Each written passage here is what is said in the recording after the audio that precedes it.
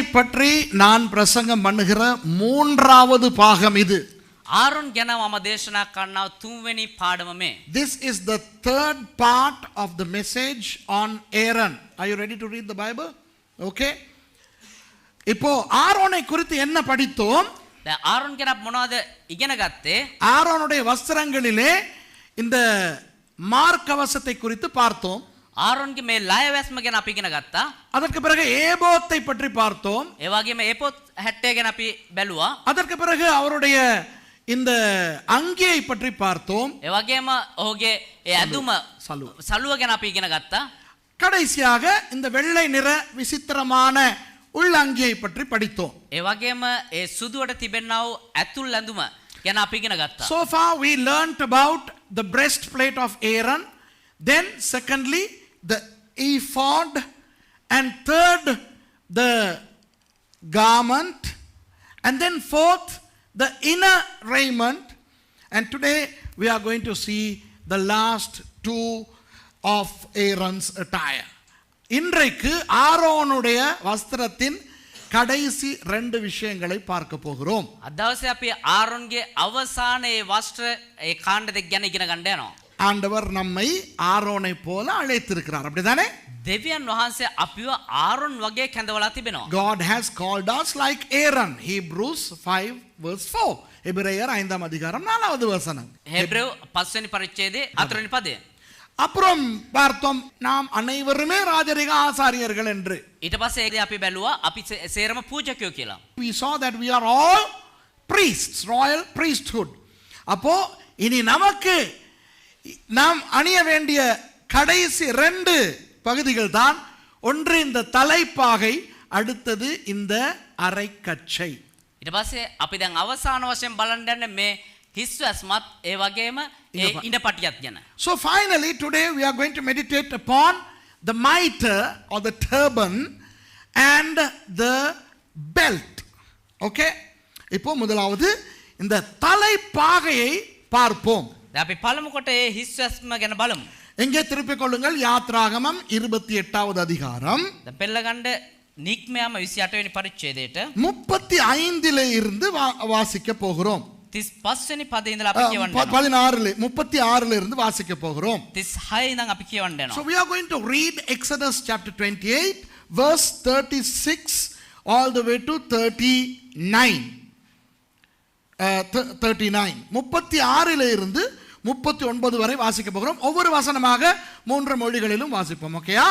36 ඉඳන් 39 වෙනි පදේ දක්වා අපි කියවන්න යනවා. එකින් එක පදයෙන් පදේ අපි කියවමු. 36வது வசனம். 36 වෙනි පදය.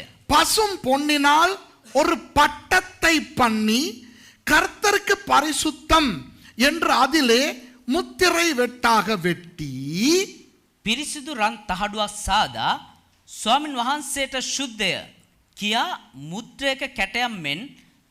And thou shalt make a plate of pure gold and grave upon it like the engravings of a signet, holiness to the Lord. 37வது வசனம். அது பாகையில் இருக்கும்படி அதை இளநீல நாடாவினால் பாகையின் முகப்பிலே கட்டுவாயாக. 37 වෙනි පදය. තවද ඒක නිල් පටියකට අල්ලා මකුටේ පිට බඳින්න. ඒක මකුටේ ඉස්සරහා පැත්තේ විය යුතුය. And thou shalt put it on a blue lace, that it may be upon the mitre, upon the forefront of the mitre it shall be. இப்போ இந்த படத்தை பாருங்கள். දැන් මේ චිත්‍රය දිහා බලන්න. இதோ பாத்தீங்களா, இது வந்து தங்கம். இதோ எழுதி இந்த இடத்துல தெரியுதா, நெத்தியில தெரியுதா? ඒ නල්ලේ තිබෙන්නව ඒක ඇවිල්ලා රත්තරන්. Do you see this little thing on the forehead of Aaron? That's made with fine gold, pure gold. அது முழுக்க தங்கத்தினால் செய்யப்பட்டது. ඒක සම්පූර්ණ පිරිසුදු රණින් සෑදුව දෙයක්. அது அப்படியே பாகையோடு இணைக்கப்பட்டிருக்கிறது. ඒක හැමම මේ ඔටුන්න සමග සම්බන්ධ වෙලා ඒ හිස්වස්ම සමග සම්බන්ධ වෙලා තියෙනවා. The gold plate is fixed to the mitre, fixed to the turban. அதுல என்ன எழுதி இருக்கிறது? ඒක මොනවද ලියලා තියෙන්නේ? Kadosh Yahweh. அதாவது கர்த்தருக்கு பரிசுத்தம். ස්වාමින් වහන්සේට ශුද්ධය. What is written on it is, engraved on it is in Hebrew, Kadosh Yahweh. Holiness to the Lord. கர்த்தருடைய பரிசுத்தம் அல்ல. දෙවියන් වහන්සේගේ සුද්ධකම නෙමෙයි. It's not the holiness of God. It's holiness to God. கர்த்தருக்கு பரிசுத்தம். விளங்குதா? දෙවියන් වහන්සේට සුද්ධය. அது விளங்குதா உங்களுக்கு? ඒක තේරුණාද? கர்த்தருடைய பரிசுத்தம் அல்ல. ස්වාමින් වහන්සේගේ සුද්ධකම නෙමෙයි. இது கர்த்தருடைய பரிசுத்தத்தை காட்டவில்லை. මේක දෙවියන් වහන්සේගේ සුද්ධකම පෙන්වන්නේ නැහැ. கர்த்தருக்கு இது பரிசுத்தம். දෙවියන් වහන්සේට මේක සුද්ධය. This does not talk about the holiness of God. It's not the holiness of God, but holiness to God. This is holiness to God. புரியுதா உங்களுக்கு? சரி, அடுத்த ரெண்டு வசனங்களை வாசிப்போம். 38 வாசிப்போமா? Let's read verse 38. இஸ்ரவேல் புத்திரர் தங்கள் பரிசுத்த காணிக்கைகளாக படைக்கும் பரிசுத்தமானவைகளின் தோஷத்தை ஆரோன் சுமக்கும்படி அது ஆரோனுடைய நெற்றியின் மேல் இருப்பதாக கர்த்தருடைய சந்நிதியில் அவர்கள் அங்கீகரிக்கும்படி அது எப்பொழுதும் அவன் நெற்றியின் மேல் இருக்க வேண்டும். 38 වෙනි පදය. ඒ ආරොන් ඉස්රායල් පුත්‍රයන් තමන්ගේ සියලු සුද්ධ දීමනාවලදී කැප කරන සුද්ධ දේවල අපරාධය දරන්නේය. ස්වාමින් වහන්සේ ඉදිරියේ ඔවුන් පිළිගනු ලබන පිණිස ඒක ඔහුගේ නල්ල පිට නිතරම වන්නේය. And it shall be upon Aaron's forehead, that Aaron may bear the iniquity of the holy things which the children of Israel shall hallow in all their holy gifts. And it shall be always upon his forehead, that they may be accepted before the Lord. அதாவது நான் அதை உங்களுக்கு பிறகு விளக்கப்படுத்த போகிறேன். ඒක මම පසුව ඔබට විස්තර කරන්න යනවා. ஆரோனும் ஆண்டவருக்காக பரிசுத்தமாக இருக்க வேண்டும். ආරොනුත් දෙවියන් වහන්සේ උදෙසා සුද්ධව සිටින්න ඕනේ. ஆரோன் பிரதிநிதிப்படுத்தும் இஸ்ரவேல் ஜனங்களையும் ஆரோன் பரிசுத்தமாய் கர்த்தருக்கு ஒப்பு கொடுக்க வேண்டும். ආරොන් නියෝජනය කරනව ඉස්රායල් ජනතාවත් දෙවියන් වහන්සේට සුද්ධ කොටසක් ලෙස ආරොන් පෙන්වන්න ඕනේ. I will explain this later in detail. But what this plate represents is that Aaron should be holy to God, and what Aaron represents, the people of Israel should be made holy to be presented unto God. அது இந்த தலைப்பாகை எந்த நூலால் செய்யப்பட்டிருக்கிறது என்று 39வது வசனத்திலே பார்க்கலாம். මේ හිස්වස්ම මොන රෙද්දෙන්ද කරලා තියෙන කියලා අපි පස්සෙව බලන්න පුළුවන්. 39 බලන්න පුළුවන්. We can read in verse 39 the material in which the mitre is made. மெல்லிய பஞ்சு நூலால் விசித்திரமான உள்சட்டையும் மெல்லிய பஞ்சு நூலால் பாகையையும் உண்டாக்கி இடைக்கச்சையை சித்திரத்தையல் வேலையாக பண்ணுவாயாக. 39 වෙනි පදය. සීන් හනනූලින් උතුරු සළුව විසිතුරු කොට වියා සීන් හනනූලින් මකුටයක් සාදන්න. විසිතුරු කර වියා ඉඟපටියකුත් සාදන්න.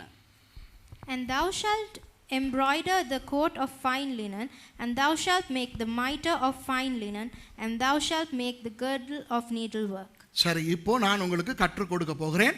மிகவும் கவனமாக செவி கொடுக்க வேண்டும். දැන් මම ඔබට උගන්වන්න යනවා. ඉතා අවධානයෙන් මේක අහගෙන ඉන්න. Now I am going to teach you. So you got to listen with all ears. Okay?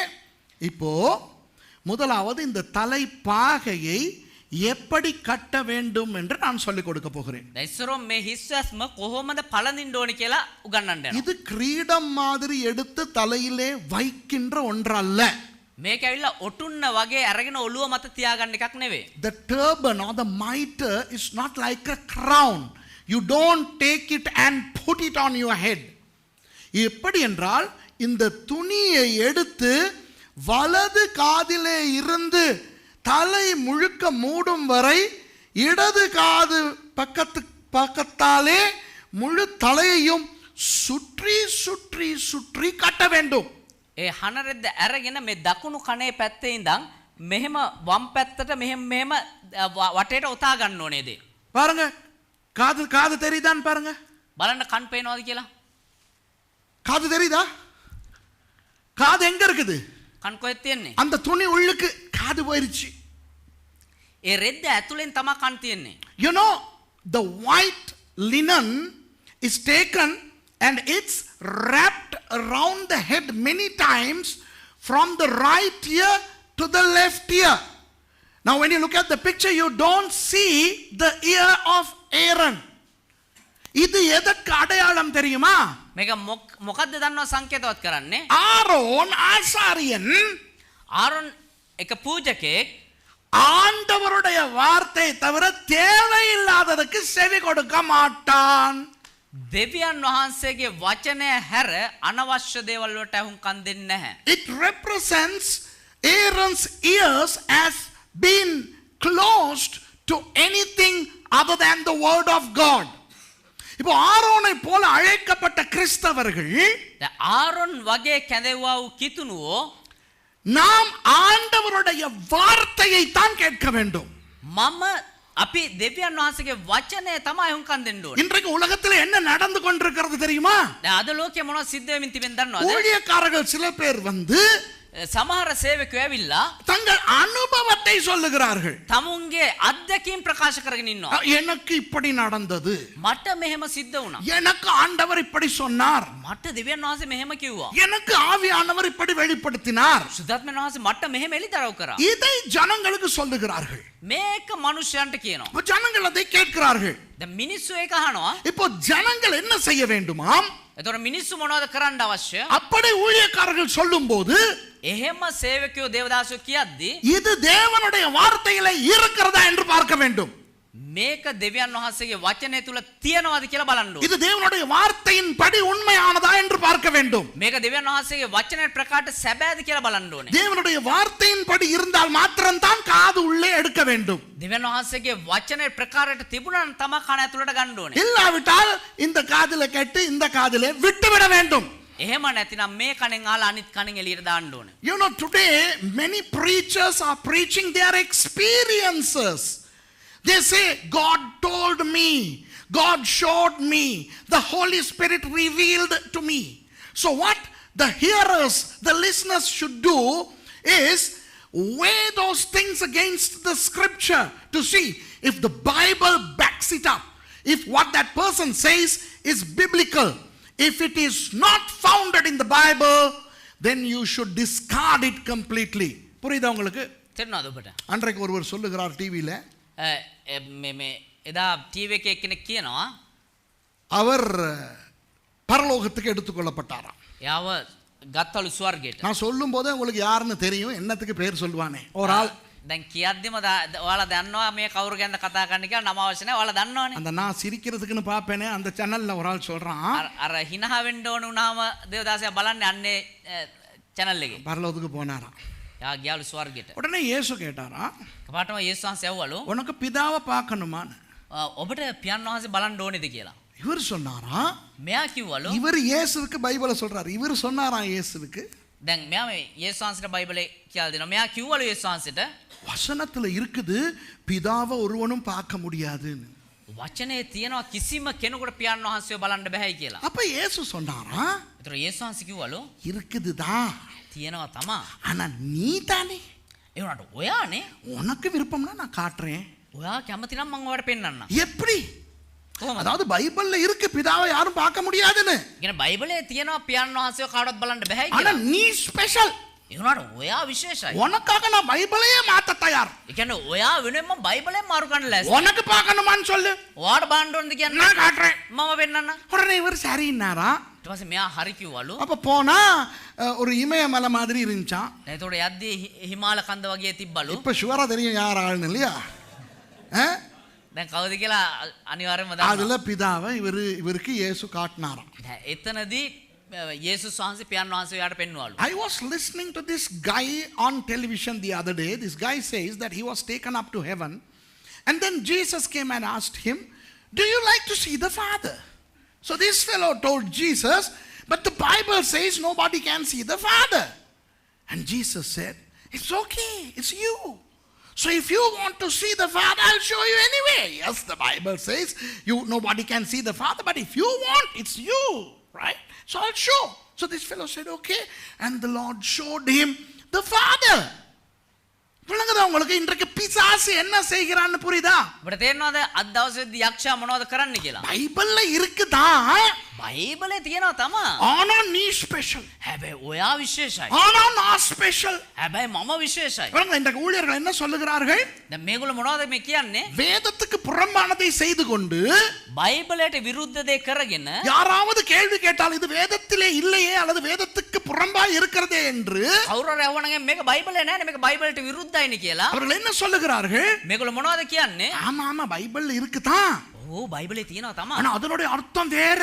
හැබැයි ඒකේ අදහස වෙනස්. ஆண்டவர் ஸ்பெஷலா எனக்கு காட்டினார். දෙවියන් වහන්සේ විශේෂ කොට මට පෙන්නුවා. அப்ப ரஜினிகாந்துக்கு கை தட்டுற கூட்டம் இப்ப இப்படிப்பட்ட ஆட்களுக்கு அல்லேலூயான்னு கை தட்டுது. දැන් ඒතකොට විජය කුමාරතුංගට අප්පුඩි ගහපු කට්ටිය මේ වගේ හලෙලූයා කියලා අප්පුඩි So ගහනවා. today we are witnessing some people who get up on the stage and say things that are contrary to the Bible.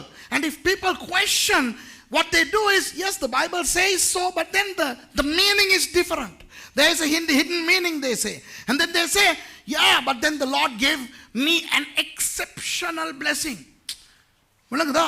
ஒரு வித்தியாசமான ஒரு கள்ள உபதேசம் இன்றைக்கு பயங்கரமாய் போய் கொண்டிருக்கிறது. දැන් වෙනස්සු ඒ වගේම තේරුම් ගත නොහැකි භයානක ව්‍යාජිකයන්ෙන් දැන් පැමිණෙමින් තිබෙනවා. இப்போ நீங்கள் என்னுடைய மக்கள், දැන් ඔබ මගේ ජනතාව. நீங்கள் என்னை நேசிக்கிறீர்கள், ඔබ මට ප්‍රේම කරනවා. நீங்கள் என்னை நம்புகிறீர்கள். ඔබ මාව විශ්වාස කරනවා. ஆனாலும் ඒ නමුත් நான் பிரசங்கம் பண்ணுகிற ஏதாவது வேதத்தின்படி இல்லாவிட்டால் அதை ஏற்றுக்கொள்ளவும் வேண்டாம், நம்பவும் வேண்டாம், நீங்கள் நாசமாய் போகாதபடிக்கு. මම දේශනා කරන කිසිම යම් දෙයක් බයිබලට විරුද්ධද? බයිබලට එකඟ නැද්ද? ඒක විශ්වාස කරන්නත් එපා. ඔබ පිළිගන්නත් එපා. ඔබ විනාශ නොවී ඉන්න. You are my people and you love me and you trust me. Nonetheless, I am telling you, if I preach something that is not substantiated from the Bible, don't believe it.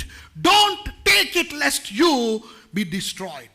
இன்றைக்கு இதுதான் நடந்து கொண்டிருக்கிறது. අද මේක තමයි සිද්ධ වෙමින් அப்ப පවතින්නේ. உங்களை ஆசாரியர்கள் என்று வேதம் சொல்லுகிறது. එතකොට ඔබ පූජකයෝ කියලා බයිබලයේ அப்ப කියනවා. நீங்கள் என்ன செய்ய வேண்டும்? එමනම් ඔබ මොනවද කරන්න ඕනේ? உங்கள் காதுகளை சுற்றி இந்த தலைப்பாகையை ஆவிக்குரிய ரீதியில் கட்டிக்கொள்ள வேண்டும். ඔබේ හිස වටේට මේ ආත්මික සලුව ඔතා ගන්න ඕනේ ඔබේ කන් වැහෙන්න. You are priests, says the Bible. So what you should do is you should tie the turban or the mitre closing the ear so that you don't listen to stuff that are not founded in scripture.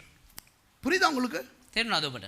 சரி, இந்த தலைப்பாகை வெறும் காதை மாத்திரம் மூடிக்கொண்டிருக்கிறதா? මේ හිස් වැස්මෙන් කන් නිතරද වැහෙන්නේ? பாருங்க, முழு தலையும் மூடப்பட்டிருக்கிறது. බලන්න මුළු හිසම වැහෙනවා. Now look at the turban. It's not just closing the ears, it's completely closing the entire head. தலைக்குள்ள என்ன இருக்கிறது? ඔළුව හිස තුල මොනවද තියෙන්නේ? தலையில என்ன இருக்குது? හිසේ මොනවද තියෙන්නේ? Pen. அப்படியா? What do you have in the head? Headlights. அந்த மண்டைக்கு உள்ள என்ன இருக்கிறது?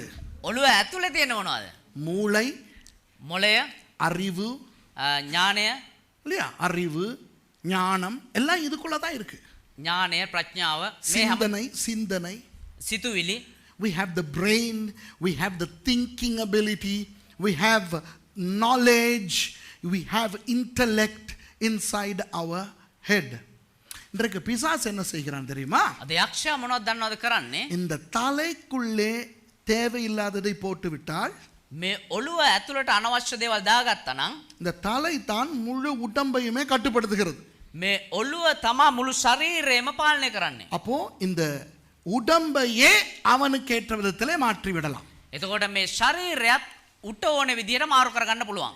If the devil can manipulate the head, since the head controls the entire body, the devil can manipulate the entire body. ஆவிக்குரிய ரீதியிலே ආත්මික පැත්තෙන් சரீரம் என்பது எது? ශරීරය කියන්නේ මොකද්ද? சபை. සභාව. In a spiritual sense, the body represents the church. தலை என்பது என்ன? ତොර හිස කියන්නේ මොකද්ද? கிறிஸ்து. යේසුස් වහන්සේ. சபையாகிய சரீரத்தின் தலையானவர் கிறிஸ்து. சரியா? ශරීරය කියනවා සභාවේ හිස ඇවිල්ලා යේසුස් වහන්සේ. The head represents Christ. Christ, the head, is the head of the body, the church. அப்போ ஒரு சபையில் தலையாக இயேசு இருக்க வேண்டுமானால், එමනම් එක සභාවක හිස ලෙස යේසුස් වහන්සේට අවශ්‍ය නම් அந்த இயேசு என்னவாக இருக்க வேண்டும் தெரியுமா? ඒ යේසුස් වහන්සේ කොයි ආකාරයෙන් දින්න ඕන දන්නවද? இயேசு இயேசுவாக இருக்க வேண்டும். යේසුස් වහන්සේ වගේ ඉන්න ඕනේ. ஆமா, இயேசு இயேசுவாக இருக்க வேண்டும். යේසුස් වහන්සේ වගේ ඉන්න ඕනේ. அப்போ இயேசு யார்? ତොර යේසුස් වහන්සේ කවුද? இயேசுவாய் இருக்கும் இயேசு யார்? நீங்க சொல்லுங்க பாப்போம். යේසුස් වහන්සේ වගේ ඉන්න යේසුස් වහන්සේ කවුද? Now look. Now the head is Jesus, and if Jesus is to remain and be retained as the head of the church, the body, what should Jesus be like? Jesus should be like Jesus. Now tell me, who is Jesus like Jesus? இயேசு இயேசுவாக இருப்பதென்றால் என்ன? යේසුස් වහන්සේගේ ඉන්නවා කියන එකේ තේරුම මොකද්ද? கவனிங்க, ஒரு உதாரணம் சொல்றேன், ஒரு க்ளூ ஒன்னு கொடுக்கிறேன். එක උදාහරණයක් දෙන්න. அவர் மனுஷனா வந்தாருதான். උන්වහන්සේ මිනිස්සෙක් වගේ ආව තමයි. ஆனால் வெறும் 33 வருஷத்துக்கு தானே வந்தார். හැබැයි අවුරුදු 33මාරකට ආවේ. ஆகவே இயேசுவாகிய இயேசு மனுஷன் அல்ல, சரியா? ඒ නිසා යේසුස් වහන්සේ වන්නා වූ යේසුස් මිනිස්සෙක් නෙවෙයි. Jesus, yes, he came as a man, but he came only for 33 years. So Jesus being Jesus is not the man. Then who is Jesus as Jesus? இயேசு இயேசுவாய் இருப்பதென்றால் என்ன? එමනම් යේසුස් වහන්සේ වගේ ඉන්නවා කියන එකේ තේරුම මොකද්ද? ஆதியிலே அவர் எப்படி இருந்தார்? வெரி குட், சத்தமா சொல்லுங்க. இயேசு இயேசுவாக இருப்பதென்றால் என்ன தெரியுமா? வார்த்தையாக இருப்பது. යේසුස් වහන්සේ වගේ ඉන්නවා කියන එකේ තේරුම මොකද්ද? වාක්‍යානෝ ලෙස සිටීම. ஏனென்றால் ஆதியிலே வார்த்தை இருந்தது, அந்த வார்த்தை தேவனிடத்தில் இருந்தது, அந்த வார்த்தை தேவனாய் இருந்தது. පටන් ගැනීමේදී වාක්‍යානෝ සිටිසේක, ඒ වාක්‍යානෝ දෙවියන් වහන්සේ සමග සිටිසේක, වාක්‍යානෝ දෙවියන් වහන්සේව සිටිසේක. அப்புறம் தான் அந்த வார்த்தை மாம்சமாகி வந்தது. ඊට පස්සේ තමයි ඒ වාක්‍ය මාංශවත් උනේ. You know, the Bible says that in the beginning was the Word. The Word was with God, and the Word was God. And later on the Bible says that Word became flesh. So Jesus, to be real Jesus, is for him to be the Word. அப்போ இயேசு இயேசுவாக இருப்பதென்றால் இயேசு வார்த்தையாய் இருக்க வேண்டும். එහෙමනම් යේසුස් වහන්සේ වගේ ඉන්නවා කියන එකේ තේරුම මොකද්ද? යේසුස් වහන්සේ වාක්‍යානෝව සිටීම. அப்போ சரீரமாகிய சபைக்கு தலையாகிய இயேசு என்னவாய் இருக்கிறார்? එහෙමනම් ශරීරය වන්නා වූ සභාවට යේසුස් හිස වන්නා වූ යේසුස් වහන්සේ මොන ආකාරයෙන්ද සිටිය යුත්තේ? வார்த்தையாக இருக்கிறார். වාක්‍යානෝව සිටිය அப்போ යුත්තේ. சபையின் தலையாக இருக்க வேண்டியது எது? එහෙමනම් සභාවේ හිස විදියට සිටිය යුත්තේ මොකද්ද? கர்த்தருடைய வார்த்தை. දෙවියන් වහන්සේගේ වචනය. So Jesus the Word is the head of the church, the body. So what should be the head of the church? The Word. அதனால் தான் கர்த்தர் தனது சகல பிரஸ்தாபத்தை பார்க்கிலும் வார்த்தையை மேன்மைப்படுத்தி வைத்திருக்கிறார். ඒ නිසා තමයි දෙවියන් වහන්සේ උන්වහන්සේගේ හැම දෙයකම වඩා වාක්‍යයන් වහන්සේට මුල් තැන දීලා තියෙනවා. වචනය උසස් කරලා තිබෙන්නේ. God has exalted the word above everything because it's the word. அதனால் தான் பிசாசு என்ன செய்கிறான்? ඒ නිසා තමයි යක්ෂයා මොනවද කරන්නේ? வார்த்தைக்கு புறம்பானவைகளை சபைக்குள்ளே கொண்டு வருகிறான். වාක්‍ය වචනයට විරුද්ධ දේවල් සභාව ඇතුළට රිංගවනවා. விளங்குதா உங்களுக்கு? சபைக்குள்ள சேல் நடத்துறது பைபிள்ல இருக்கா? සභාව ඇතුලේ මේ වෙළඳාම් කිරීම බයිබලයේ තියෙනවද? doing sales in church, is it biblical? பைபிள்ல எப்படி தெரியுமா இருக்கு? බයිබලයේ කොහොමද දන්නවද තියෙන්නේ? சேல் பண்ணவன அடிச்சு துரத்துனாருன்னு இருக்கு. වෙළඳාම් කරන කට්ටියට ගහලා පැන්නවා කියලා තියෙනවා දේවමාලිගාවේ. அப்போ சபைக்குள்ள சேல் நடத்துறது, ஆக்ஷன் நடத்துறது, ஃபண்ட்ரைஸ் பண்றது இதெல்லாம் வேதத்துல இல்ல. එහෙමනම් සභාව ඇතුලේ වෙළඳාම් කිරීම, ආධාර එකතු කිරීම මේ වගේ දේවල් අනුමත නැහැ. So to do sales and to raise funds in the church, these are not in the Bible. பரலோகத்துக்கு போயிட்டு டூர் போயிட்டு வரது பைபிள்ல இருக்கா? இல்ல. ස්වර්ගයට ගිහිල්ලා යන එක ටුවර් යන එක තියෙනවද බයිබලේ? Going to heaven as tourists, you know, is it biblical? No. பாதாளத்துக்கு டூர் போயிட்டு வரதெல்லாம் இருக்குதா பைபிள்ல? අපායට ටුවර් ගිහිල්ලා යන එක තියෙනවද බයිබලේ? பேதுரு பாதாளத்துக்கு போயிட்டு வந்தாரா? பேதுருஸ் අපායට ගිහිල්ලාවද? யோவான் பாதாளம் போயிட்டு வந்தாரா? யோவான் அப்பாயிட கில்லாவද? பவுல் பாதாளம் போயிட்டு வந்தாரா? பவுல் அப்பாயிட கில்லாவද? அவங்களே போகல. ඒගොල්ලොම ගියේ නැහැ. சில நாய் பேய் கரடி கொக்கு வௌவால் எல்லாம் போயிட்டு வருது. සමහර බල්ලෝ පූසෝ කටුසෝ කපුටෝ හැමෝම ගිල්ලෙනවා. Peter, Paul, John, the apostles, they never went to and did a tour of Hades or hell. But today many people are going on to these are anti-biblical. விளங்குதா? கள்ள தீர்க்க தரிசனங்கள் வேதத்தில் இல்லாதவை தீர்க்க தரிசனமாக சொல்லப்படுகிறது. බොරු අනාගත වාක්‍ය බයිබලේ නැති අනාගත වාක්‍ය විදිහට ප්‍රකාශ කරනවා. ஒரு லேட்டஸ்ட் காமெடி ஒன்னு சொல்லவா? ප්‍රසිද්ධ මේ දවස්වල ජනප්‍රිය වන්නව වියලුවක් කියන්න. அதாவது அந்த நான் சொன்னேன் அந்த பிதாவை பார்த்தவர் இருக்காரே. අර කිව්වේ මේ පියන් වහන්සේ බලපු කෙනා ඉන්නේ. அவருக்கு மீன் பேசுற பாஷை தெரியுமா? එයාට මාළුව කතා කරන භාෂාව දන්නවලු. You know the guy who saw the father? You know the guy who I always talk about? Now yesterday I heard that this fellow knows the language of the fish. மீன்களுடைய மொழி இவருக்கு தெரியுமா? මාළුවන්ගේ භාෂාව මෙයාට දන්නවලු. இவர் மீன் டேங்க் கிட்ட போயிட்டு அது மீன்கள் பேசுறத கேட்டுக்கிட்டு இருப்பாராம். මෙයා මාළු ටැංකිය ගාවට ගිහලා මේ මාළුව කතා කරන එක අහන් ඉන්නවා. அப்ப ஒருத்தர் கேட்டாராம் என்ன பேசிக்கிறது மீன்கள்? ඒතර එක්කෙනෙක් ඇහුවලු මාළුව මොනවද කියන්නේ කියලා. மீன்கள் எல்லாம் கர்த்தரை துதிக்குதான். මාළුව සේරම දෙවියන් වහන්සේට ප්‍රශංසා කරනවා. மீன்கள் எல்லாம் கர்த்தரை துதிக்குது. මේ මාළුව සේරම දෙවියන් වහන්සේ ප්‍රශංසා කරනවා. அது இவருக்கு விளங்குது. ඒක මෙයාට තේරෙනවා. So all the fish he says in all the fish are praising God and he understands that. விளங்குதா? கேக்குறவன் கேனேனா இருந்தா எரும மாடு பரலோகம் வரைக்கும் போயிட்டு வருமா? ஏரோப்ளேன் ஓட்டுறது முந்தி இல்லை. விளங்குதா உங்களுக்கு? அன்றைக்கு இப்போ இன்னொன்று பாஸ்டர் டேனி அவங்க எல்லாரும் காட்டினாங்க, நானும் முந்தி பார்த்துருக்கேன். එදා පාස් ඩැනී පෙන්නවා පාස්ටර් බල්ලා දිනක වීඩියෝ එකක්. இப்போ ஒரு ஆப்பிரிக்கன் பாஸ்டர் ஒருத்தர் பரலோகத்துக்குரிய பர்சனல் டெலிஃபோன் நம்பரை வச்சிருக்காங்க. எத்தனை பேர் அதை பார்த்தீங்க? දැන් එයා ගාව තියෙනවලු ස්වර්ගයේ telephone නම්බරය. A guy in Africa, he claims that he has the personal mobile number of heaven. பாத்தீங்களா? எத்தனை பேர் பார்த்திருக்கீங்க அந்த கிளிப்பை? நீங்க பாத்தீங்களா? ஓகே. அப்போ ஜனங்கள் எல்லாரும் இருக்கிறாங்க. சொன்னாரு, ஹலோ, இஸ் தட் ஹெவன்? இது பரலோகமா? මිනිස්සු සේරම ඉද්දි මේ අහනවා මේ ස්වර්ගයේද? இந்த லேடியை பத்தி என்ன சொல்ல போறீங்க? මේ ස්ත්‍රිය ගැන මොනවද කියන්නේ? What do you say about this lady? Okay. அப்படின்ட்டு என்னமோன்னு சொன்னோன்னு ஜனங்கள் ஹalleluyaன்னு கத்துறாங்க. හරி කියලා මොනවා හරි කියපු ගමන් සේරම හalleluya කියලා කෑ ගහනවා. வசனத்துக்கு புறம்பானவை, அசிங்கமானவை, சிரிக்கக்கூடிய கோமாளித்தனமானவை எல்லாம் இன்றைக்கு சரீரமாகிய சபைக்குள்ளே வந்ததற்கு காரணம் වචනයට විරුද්ධ වූ ඒ වගේ අප්‍රිය ජනකව අපි විහිළුවකට ගන්න ඕනේ බොහෝ දේවල් සභාව ඇතුළට එන්න හේතුව இந்த தலைப்பாகை இல்லாதது. මේ හිස් වැසුම නැතිකම.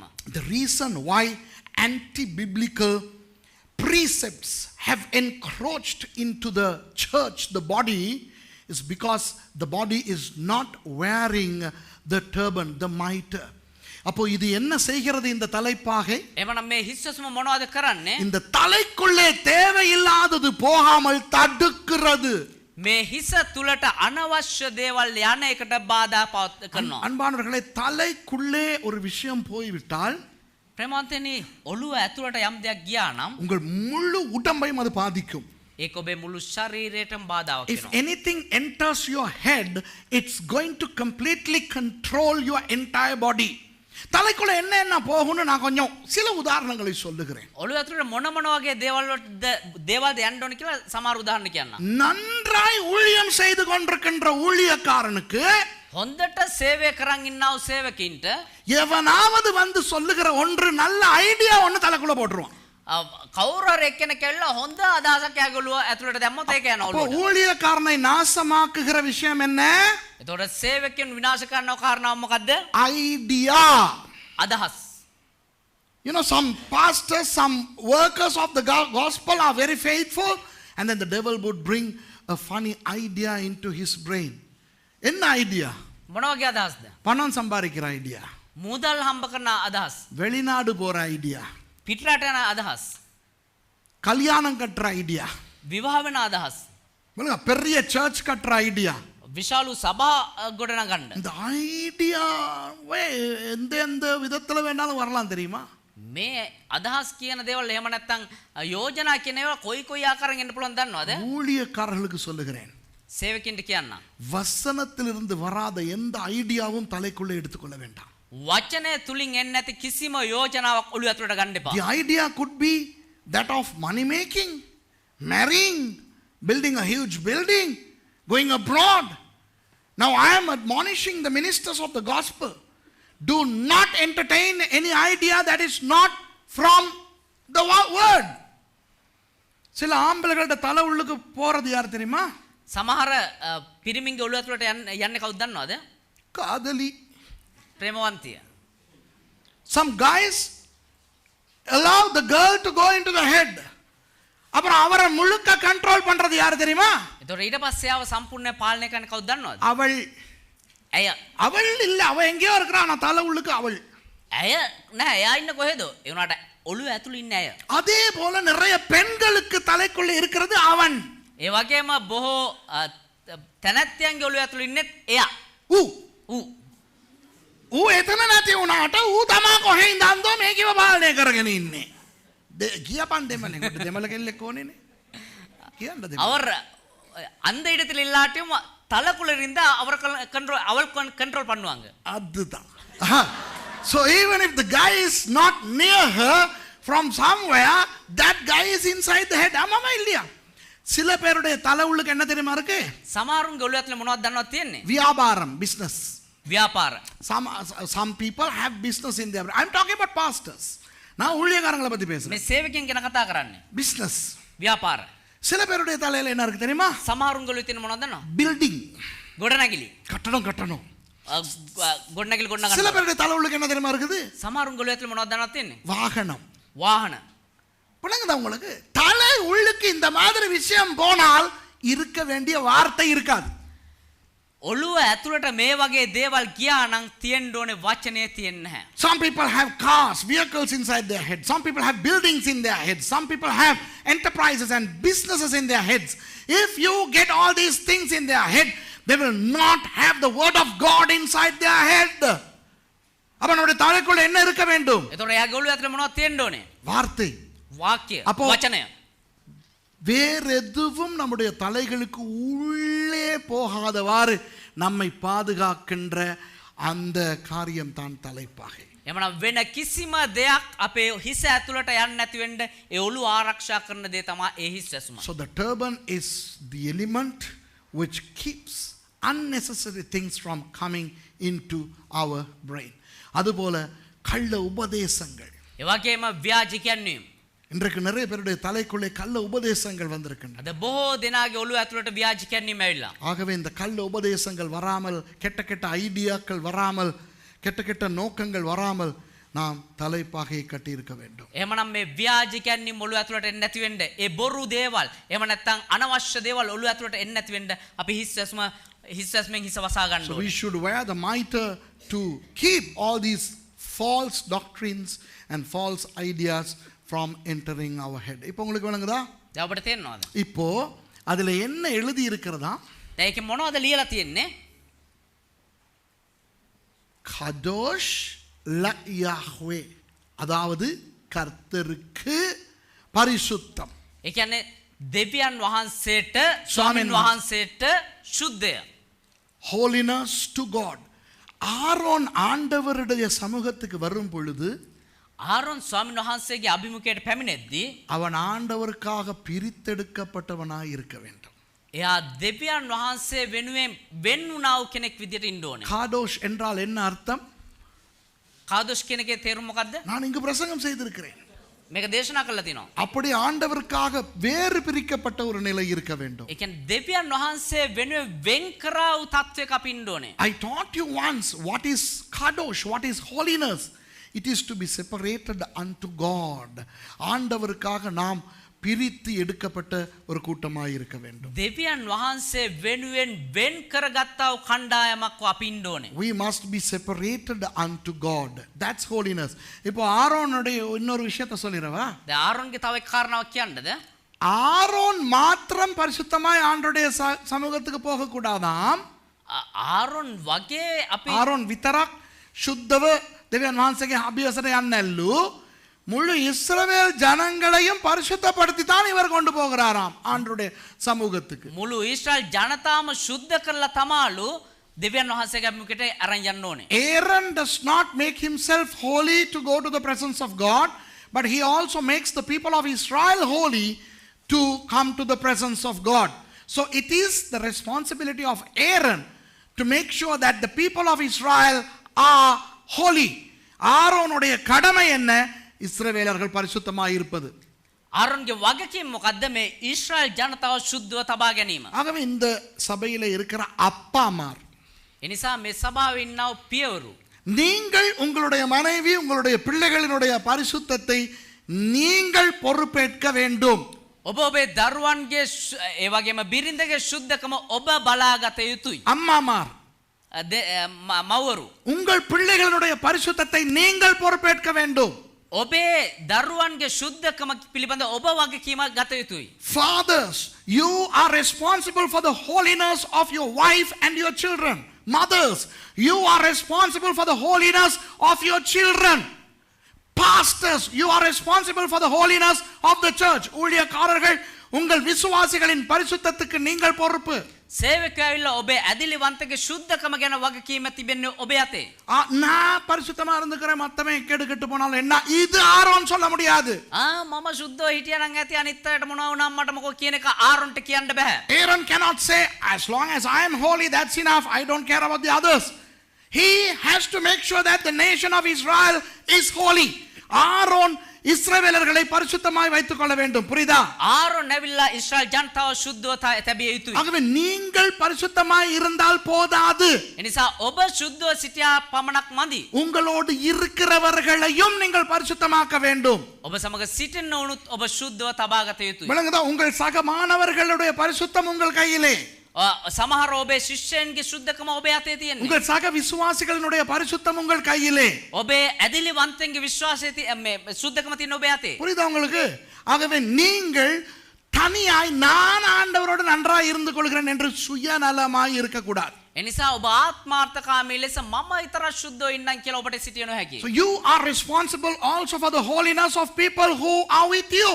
You cannot just say, I don't care about them, that's their cup of tea. As long as I am holy, that's enough. No, we should come out of that self-centeredness and make sure that the people who we are with are also holy like us. வேதம் சொல்லுகிறது, බයිබලයේ කියනවා பரிசுத்தம் இல்லாமல் தேவனை தரிசிக்க முடியாது. සුද්ධකම නැතුව දෙවියන් වහන්සේව දකින්න බෑ. You cannot see God without holiness. The Bible says. ஆண்டவர் சொல்லுகிறார், දෙවියන් වහන්සේ කියනවා நான் பரிசுத்தராய் இருப்பது போல நீங்களும் பரிசுத்தர்களாய் இருங்கள். මම සුද්ධව සිටිනවාසේ ඔබත් සුද්ධව සිටිය යුතුයි කියලා. God says, be ye holy as I am holy. What's holiness? What's kadosh? Kadosh என்றால் என்ன? பரிசுத்தம் என்றால் என்ன? කාදෝස් සුද්ධකම කියන්නේ මොකද්ද? ஆண்டவர் தனித்துவமாய் பிரிந்து இருக்கிறது போல நாம் ஆண்டவருக்காக பிரிந்து காணப்படுவது. දෙවියන් වහන්සේ වෙන්කොට අරන් තියනවා වගේ අපි දෙවියන් වහන්සේ වෙනුවෙන් වෙන් වෙලා සුද්ධව සිටීම. We need to be separated from the world and separated unto God. That's the definition of holiness. அப்போ ஆரோன் இந்த முன்னால என்ன எழுதி வைத்திருக்கிறார்? උතර මේ නල්පටි මොනවද ලියලා තියෙන්නේ? நான் මම ஆண்டவருக்காக දෙවියන් වහන්සේ වෙනුවෙන් வேறு பிரிக்கப்பட்டவன். அதுதான் அர்த்தம். වෙන්කොට තෝරගත්ත කෙනෙක්. The meaning of this little gold plate is, I am separated unto God. I belong only to God. நான் ஆண்டவருக்கு மட்டுமே உரியவன். මම දෙවියන් වහන්සේට පමණක් අයිති වූ කෙනෙක්. புரியுதா உங்களுக்கு? තේරෙනවද ඔබට? ஆனா இப்ப என்ன தெரியுமா நடக்குது?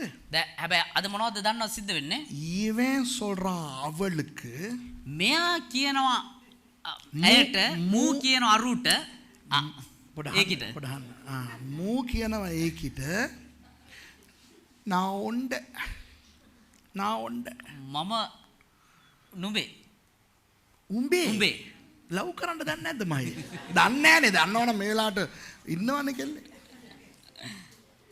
நீ எந்த? උඹ මගේ. You know, the boy says to the girl, I am yours. You are mine. She says, that's true. You are mine and I am yours.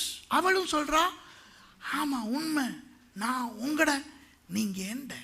එතකොට එයා කිය, "ඔව් ඇත්ත. උඹ මගේ මං උඹේ." இந்த ரெண்டு பேரும் கிறிஸ்தவங்க. මේ දෙන්නම කිතුනෝ. ஆண்டவர் பார்க்குறாரு, ඒතර දෙවියන් වහන්සේ බලයි. அவர் ரெண்டு பேருமே என்கிட்ட இல்லையோ. ඒතර දෙන්නම වගේ නෙමෙයිද? So God is looking, okay, so none of you belongs to me. விளங்குதா? ஆமாவா இல்லையா? ඇත්තද බොරුද? இன்றைக்கு இது நடக்குதா இல்லையா? මේක සිද්ධ වෙනවද නැද්ද? கட்டின பிறகு சொல்லவே மாட்டான். බැන්දර පස්සේ කියන්නේම නැහැ. கட்டின பிறகு இவன் என்ன தெரியுமா சொல்லுவான்? බැන්දර පස්සේ මොනවද දන්නවද කියන්නේ? உன்னைய பத்தி மட்டும் நினைச்சுக்கிட்டு இருக்க முடியாது, எனக்கு வேற வேலை இருக்கு. ඔබ ගැන විතරක් මට හිතන්න ඉන්න බෑ, මට තව වැඩ තියෙනවා. After marriage he says to her, look, I can't think only about you darling, I have other things to attend to. விளங்குதா? லவ் பண்ற போது தான் இந்த கூத்து, இந்த ஜிம்னாஸ்டிக் எல்லாம். මේ ආදරේ ප්‍රේම කරන කාලේ තමයි මේ හැම සේරම සිද්ධ වෙන්නේ. ආලය බං, ආලය ආදරය කරන ඔයා මට ආදරේ, මං ඔයාට ආදරේ. ආලය ලය. හා?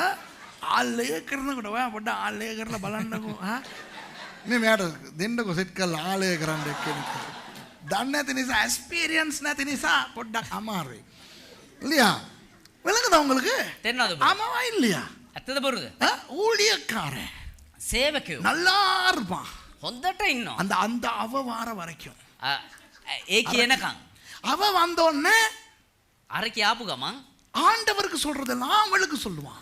දෙවියන් වහන්සේට කියන්න ඕනේ හැමදේම උට කියාගෙන ඉන්නවා. You know, the guy, the minister is wonderful.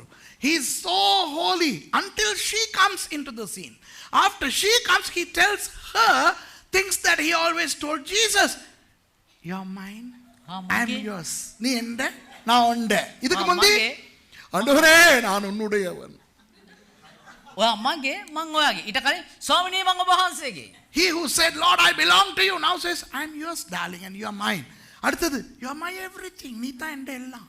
මගේ හැමදේම ඔයා. யாரு? அந்த குரங்கு.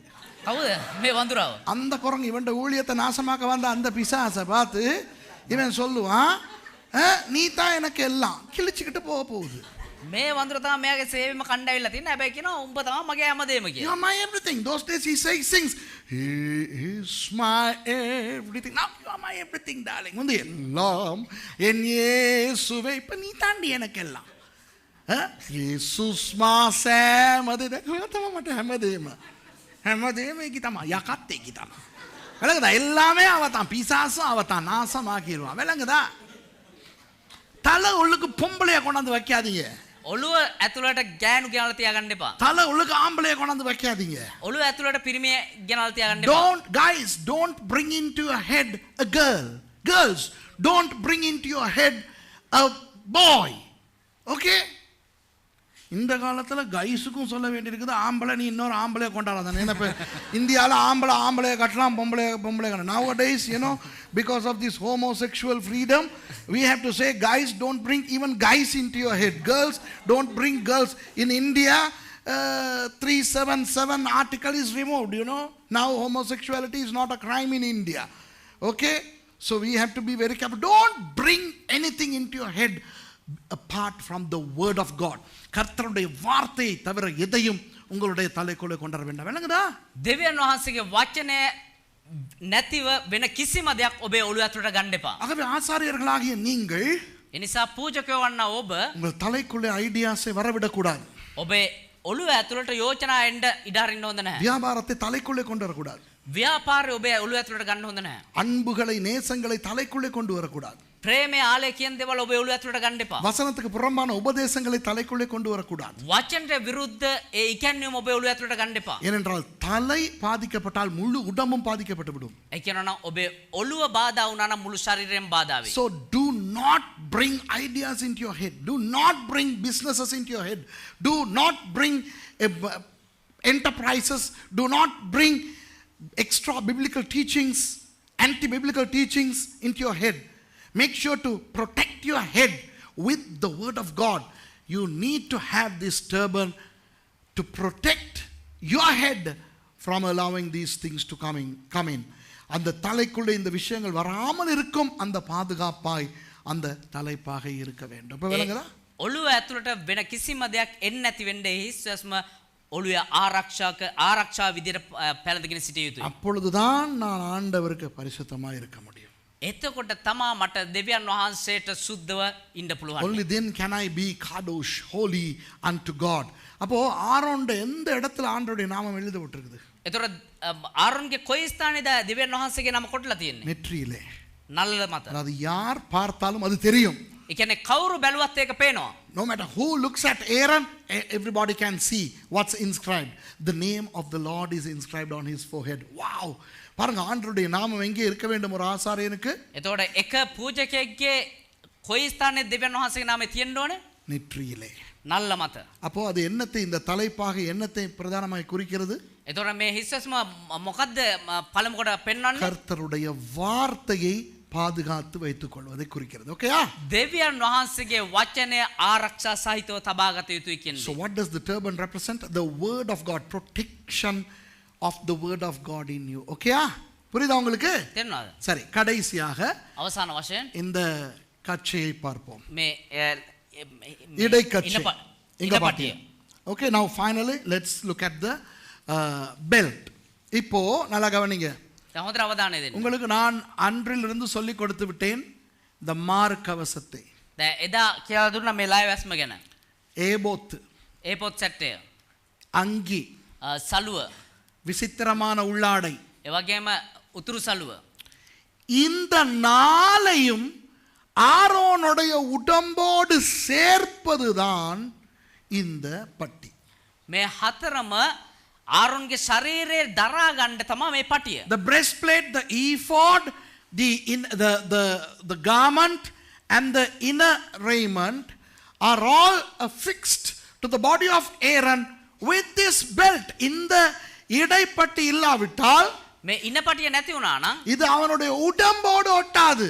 මේ දේවල් එයාගේ ශරීරයත් එක්ක මේ සම්බන්ධ නිෂ්පාශ වෙන්නේ නැහැ. ஆகவே இதனுடைய அர்த்தம் என்னவென்று யூதர்களுடைய வியாக்கியானங்களிலே ஆராய்ந்து பார்த்தேன். එතකොට මේකේ තේරුම මොකක්ද කියන එක යුදෙව්වන්ගේ ඉගැන්වීම එක්ක හොයලා බැලුවා. I did an examination as to what is the meaning of the belt according to the Jewish teachings like the Talmud, Mishnah, Gemara, Midrash and stuff like that. யூதர்களுடைய அதனுடைய வியாக்கியானங்களின்படி அது என்ன தெரியுமா? ඒ යුදෙව්වන්ගේ තියෙනව ඒ ව්‍යාකරණ ග්‍රන්ථවල මොනවද දන්නවද තියෙන්නේ? இதுதானாம் ஆரோனை தேவனோடு சரியாக தேவனுக்கு முன்பாக நிறுத்துகின்ற அந்த பகுதி. මේක තමලු ආරොන් දෙවියන් වහන්සේ ඉදිරියේ හරියාකාරව තබන දේ. நாங்கள் எவ்வளவு சாதனை படைத்தாலும் வேலை இல்லை. අපි කොච්චර උත්සාහ කරත් වැඩක් නැහැ. ஆண்டவருடைய சமூகத்திலே போய் ஒழுங்காக நிற்க முடியாவிட்டால் දෙවියන් වහන්සේගේ අභිමුඛයේ ගිහිලා හරියට සිට ගන්න බැයි නම් it's futile for us to have a lot of achievements if we can't go to the presence of God. இன்றைக்கு நிறைய பேர் வெளியாலே ஜனங்களுக்கு முன்பாக நன்றாய் இருப்பார்கள். අද බොහෝ දෙනා මිනිස්සු ඉදිරියේ හොඳට ඉන්නවා ලස්සනට ඉන්නවා. ஆண்டவருடைய சமூகத்துக்கு போய் அவர்களுக்கு தங்களை திறந்து கொடுக்க முடியாது என்றால் அவர்கள் எவ்வளவு கேவலமானவர்கள் என்று அவர்களுக்கு தெரியும். හැබැයි දෙවියන් වහන්සේ ඉස්සරහට ගිහිල්ලා තමුව විවෘත කරලා පෙන්වන්න බෑ. ඒ කොතරම් ජරා විදියට තමුන් ඉන්නේ කියන එක තේරෙනවා. People can show a holiness to people. People can show purity to the others. But it's difficult for us to go to the presence of God with such stain in our spirits. We need to be right with the Lord. நாம் ஆண்டவரோடு சரியாக இருக்க வேண்டும். අපි දෙවියන් වහන්සේත් එක්ක හරියට ඉන්න ඕනේ. ஆகவே ஆண்டவரோடு சரியாக இருப்பது என்றால் මම දෙවියන් වහන්සේත් එක්ක හරියට ඉන්නවා කියන්නේ இந்த பட்டி சரியாக இருக்க வேண்டும். அது எங்கே இருக்குதுன்னு பாருங்க. මේ පටිය හරියට තියෙන්න ඕනේ. කොහෙද තියෙන්නේ බලන්න. இருதயத்துக்கு கீழே இருக்கிறது. ඒක පපුවට පහලින් තිබෙන්නේ. It's just below the heart.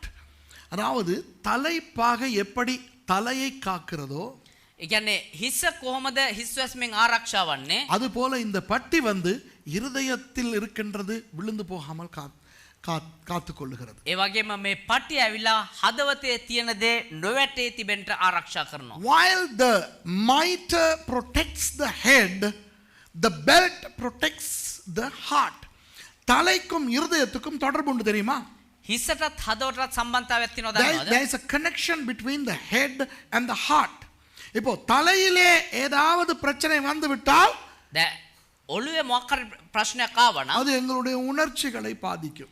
ඒක අපේ සිතුවිලි වලට එන්න නැත්නම් හැඟීම් වලට ඒක බාධාවක් වෙනවා. உணர்ச்சி பாதிக்கப்பட்டால் ඒ හැඟීම් බාධා වුණා නම් அது தலையையும் பாதிக்கும். ඒක ඔළුවට බාධාවක් වෙනවා. The intellect gets affected if the emotions get affected. and vice versa. அப்போ தலையை மட்டும் பாதுகாத்து போதாது. එමනම් හිස පමණක් ආරක්ෂා කරා නම් මදි. இருதயத்தை எங்கள் உணர்வுகளை பாதுகாக்க வேண்டும். හදවතේ හැඟීම් පාලනය කරගන්න ආරක්ෂා We කරගන්න should ඕනේ. not just protect our head, we also must protect our heart. And the Bible says the heart is the most deceitful organ in the body. வேதம் சொல்லுகிறது இருதயமானது மிகவும் கேடுள்ளது திருக்குள்ளதா இருக்கிறது என்று. බයිබලයේ කියනවා හදවත කියන්නේ ඉතා ජරාම වූ දේ කියලා. ஆகவே உணர்வுகளின் அடிப்படையில் ඒ නිසා හැඟීම් වලට අනුව பிசாசு நம்மை வீழ்த்துவா பார்ப்பான். යක්ෂයා අපිව වට්ටන්න උත්සාහ කරනවා. தெரியுமா சில உணர்வுகள் கவலை සමහර හැඟීම් එහෙම නැත්නම් වේදනා. சில பேருக்கு தேவையில்லாம கவலை வரும். සමහරුන්ට අනවශ්‍ය විදිහට වේදනාවක් එනවා. என்னத்துக்கு கவலை வந்துச்சுனே தெரியாது கவலை. මොන හේතුවක් උඩ දුක් වෙනවද දන්නේ දුකයි. Some people are sad, they don't know why they are sad, but they are sad. விளங்குதா உங்களுக்கு? තේරෙනවද ඔබට? சில நேரம் பிசாசு சில கவலைகளை கொண்டு வந்து இருதயத்துல போடுவான். සමහර වෙලාවට යක්ෂයා හදවතට ගෙනල්ලා දානවා අනවශ්‍ය දුක්. எத்தனை பேருக்கு அந்த அனுபவம் இருக்குது? காரணம் தெரியாது, ஆனா திடீர்னு பார்த்தா ஒரு வித சோகமா டல்லா போரிங்கா மனபாரமா இருக்கும். எத்தனை பேருக்கு இருக்கு அந்த உணர்வு? කී දෙනෙකුට ඒ අත්දැකීම තියෙනවද? එපා වෙලා කලකිරලා වේදනාවෙන් එහෙම ඉන්න. அப்புறம் மண்டைய போட்டு யோசிச்சா என்னத்துக்கு நான் அப்செட்டா இருக்குன்னு தெரியல. එතකොට කොච්චර කල්පනා කරත් ඔළුවට එන්න මොනවටද මම මේ දුක් වෙන්නේ කියලා. Sometimes our hearts are so sad and we don't know why we are sad. பிசாசு கவலையை கொண்டு வந்து போடுவான் நெஞ்சுக்குள்ளே. යක්ෂයා මොනවද හදවතට ඇතුළට වේදනා ගෙනල්ලා දානවා. ஆண்டவர் எங்களை சந்தோஷமானவர்களாக படைத்திருக்கிறார். දෙවියන් වහන්සේ අපිව ප්‍රීතිමත් ජනතාව විදිහට මවලා තියෙනවා. கர்த்தருக்குள்ளான சந்தோஷம் எங்களுடைய இருதயங்களை ஆள வேண்டும். දෙවියන් වහන්සේ තුල ප්‍රීති ජනක දේ අපේ හදවත සොයන්න ඕනේ. We must be happy people. The heart must be happy all the time.